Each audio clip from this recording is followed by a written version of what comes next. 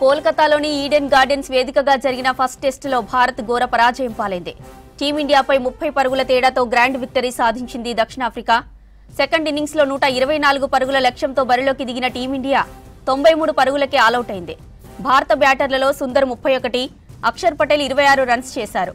రవీంద్ర జడేజా 18, ధ్రువ్ జురేల్ 13 పరుగులు చేయగా మిగతా బ్యాటర్లు సింగిల్ డిజిట్ స్కోర్కి అవుట్ అయ్యారు. దక్షిణాఫ్రికా బౌలర్లలో సైమన్ హర్మర్ 4 వికెట్లతో భారత పతనాన్ని శాసించాడు. అలాగే మార్కో జాన్సన్, కేశవ్ మహారాజ్ తలో 2 వికెట్లు తీశారు. ఫస్ట్ ఇన్నింగ్స్ లో సౌత్ ఆఫ్రికా 159 పరుగులు చేయగా సెకండ్ ఇన్నింగ్స్ లో 153 పరుగులకు ఆలౌట్ అయింది. ఇక టీమిండియా ఫస్ట్ ఇన్నింగ్స్ లో 189, రెండో ఇన్నింగ్స్ లో 93 రన్స్ కే కుప్పకూలింది. దీంతో 2 టెస్టుల సిరీస్ లో ఆధిక్యంలోకి వెళ్లింది ప్రోటీస్ టీం. రైట్, ఇక మ్యాచ్ కి సంబంధించిన మరిన్ని డీటెయిల్స్ మనకి అనిల్ లైవ్ లో అందిస్తారు. అనిల్, మ్యాచ్ అప్డేట్స్ ఏంటి?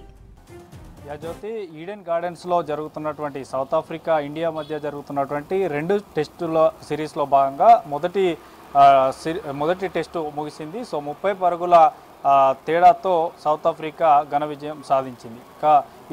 ఈ పిచ్ మొత్తం కూడా ఎక్కువగా స్పిన్నర్లకి అనుకూలించేటువంటి పిచ్ కాబట్టి తక్కువ స్కోరు, 2 ఇన్నింగ్స్లో కూడా తక్కువ స్కోరు నమోదైంది. మొదట టాస్ గెలిచి బ్యాటింగ్ తీసుకున్నటువంటి సౌత్ ఆఫ్రికా చూడొచ్చు, మొదటి ఇన్నింగ్స్లో అటు 159 పరుగులు చేస్తే ఇక ఇండియా మొదటి ఇన్నింగ్స్లో 189 పరుగులు చేసి ఆల్అౌట్ అయింది. ఇక సౌత్ ఆఫ్రికా కూడా మళ్ళీ సెకండ్ ఇన్నింగ్స్లో కూడా చాలా తక్కువ స్కోర్ 153 పరుగులు మాత్రమే చేసింది. ఇటు ఇక ఇండియా మాత్రం ఇంకా సౌత్ ఆఫ్రికా కంటే ఇంకా తక్కువ స్కోర్ చేసింది, కేవలం 93 పరుగులకే ఆల్అౌట్ అయ్యారు. అంటే స్వదేశీ గడ్డపైన ఘోరమైనటువంటి వైఫల్యంగా కూడా చెప్పవచ్చు. ఇప్పటికే అటు క్రికెట్ అభిమానులు కూడా చాలా బ్యాట్స్మెన్ పైన కూడా కొన్ని పోస్టు కూడా చేస్తున్నారు. అంటే అట్లాంటి ఆటను అక్కడ ప్రదర్శన కనబరిచారు. ఎందుకంటే మనం చూడవచ్చు, సెకండ్ ఇన్నింగ్స్లో జైస్వాల్ డక్అవుట్ అవ్వడం, తర్వాత కేఎల్ రాహుల్ సింగిల్ డిజిట్ ఒకటే పరుగు చేసి అవుట్ అవ్వడం, తర్వాత వచ్చినటువంటి అటు వాషింగ్టన్ సుందర్ కొంత ఎక్కువగా పరుగులు చేశాడు, దాదాపు 31 పరుగులు చేశాడు. తర్వాత చివరిగా అందరూ కూడా మళ్ళీ సింగిల్ డిజిట్స్కే అవుట్ అయిపోయాడు. అక్షర్ పటేల్ మాత్రం చివరిగా దూకుడుగా ఆడాడు. ఒకే ఓవర్లో మొదట 4, తర్వాత 6, తర్వాత మళ్ళీ 6కు ప్రయత్నించగా సౌత్ ఆఫ్రికా కెప్టెన్ అయినటువంటి బౌమా చేతికి చిక్కి అవుట్ అయ్యాడు. అంటే చాలా తక్కువ లక్ష్య ఛేదనలో ఉన్నటువంటి టీమిండియా ఈ తక్కువ లక్ష్య ఛేదనను కూడా ఛేదించలేకపోయారు. మొదటి నుంచి కూడా అటు ఫస్ట్ ఇన్నింగ్స్లో కూడా వైఫల్యం చెందారు. ఇటు ఒక జడేజా మాత్రం ఫస్ట్ ఇన్నింగ్స్లో సౌత్ ఆఫ్రికా సంబంధించినటువంటి బ్యాట్స్మెన్ కొంత కట్టడి చేసేటువంటి ప్రయత్నం చేశాడు. ఓవరాల్ దాదాపు 4 వికెట్లకు పైగా కూడా జడేజా తీశాడు. ఇక దీనికి సంబంధించి ఇప్పటికే ఎక్కువగా చాలా రోజుల తర్వాత సౌత్ ఆఫ్రికా ఈడెన్ గార్డెన్స్లో విజయం సాధించింది. ఇక మరొక టెస్టు మిగిలింది. నవంబర్ 22 నుండి గౌహతిలో సెకండ్ టెస్టు జరుగుతుంది. సో ఆ టెస్టులో మాత్రం ఖచ్చితంగా భారత్ గెలవాల్సిందన్నటువంటి అవకాశం కూడా ఉన్నదంటూ కూడా క్రికెట్ అభిమానులు కోరుకుంటున్నారు. ఇక మరోవైపు ఇందులో కెప్టెన్ శుభమన్ గిల్ కూడా మనకి మొదటి ఇన్నింగ్స్లోనే మెడ గాయం కారణంగా అతను మొదటి ఇన్నింగ్స్లో రాలేకపోయాడు. ఇక సెకండ్ ఇన్నింగ్స్లో కూడా రాలేకపోయాడు. ఇక్కడ పూర్తిగా కూడా అక్కడ ఉన్నటువంటి రిషబ్ పంత్ కొంత టీంని లీడ్ చేసినట్టు కూడా తెలుస్తుంది. ఇక ముఖ్యంగా ఈ టెస్టుకు సంబంధించి దాదాపు అద్భుతమైనటువంటి బౌలింగ్ అటు సౌత్ ఆఫ్రికా చేసినట్టు కూడా మనం చూడవచ్చు.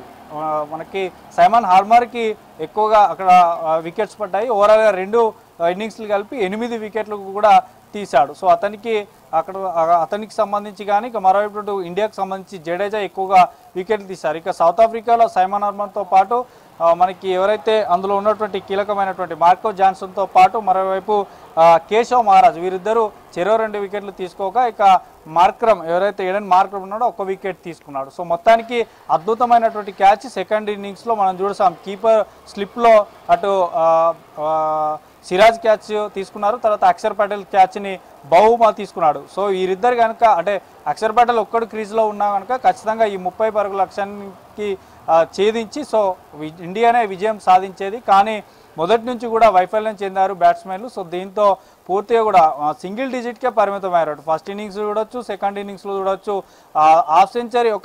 ఈ మొత్తం ఈ ఓవరాల్ ఈ టెస్టు మొదటి టెస్టులో మాత్రం సౌత్ ఆఫ్రికా కెప్టెన్ 55 పరుగులు చేసి మొదటి ఇన్నింగ్స్లో ఎక్కువ స్కోరు దాన్ని ముందుకు తీసుకెళ్ళగలిగాడు. కానీ ఇండియా టీంకి సంబంధించి స్వదేశీ గడ్డం ఈడెన్ గార్డెన్స్ అనుభవం ఉన్నటువంటి పిచ్, సో అయినా కూడా వైఫల్యం చెందారు. సో ఓవరాల్గా మాత్రం మొదటి టెస్టు సౌత్ ఆఫ్రికా విజయం సొంతం చేసుకున్నారు.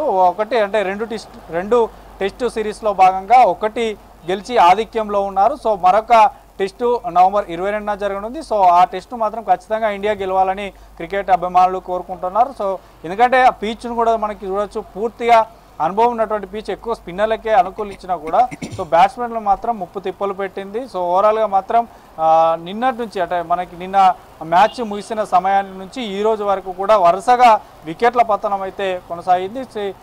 మనకి చూడాలి నెక్స్ట్ టెస్ట్ మ్యాచ్ మాత్రం ఎవరు విన్ అవుతారనేది కూడా చూడాల్సినటువంటి అవసరం ఉంది.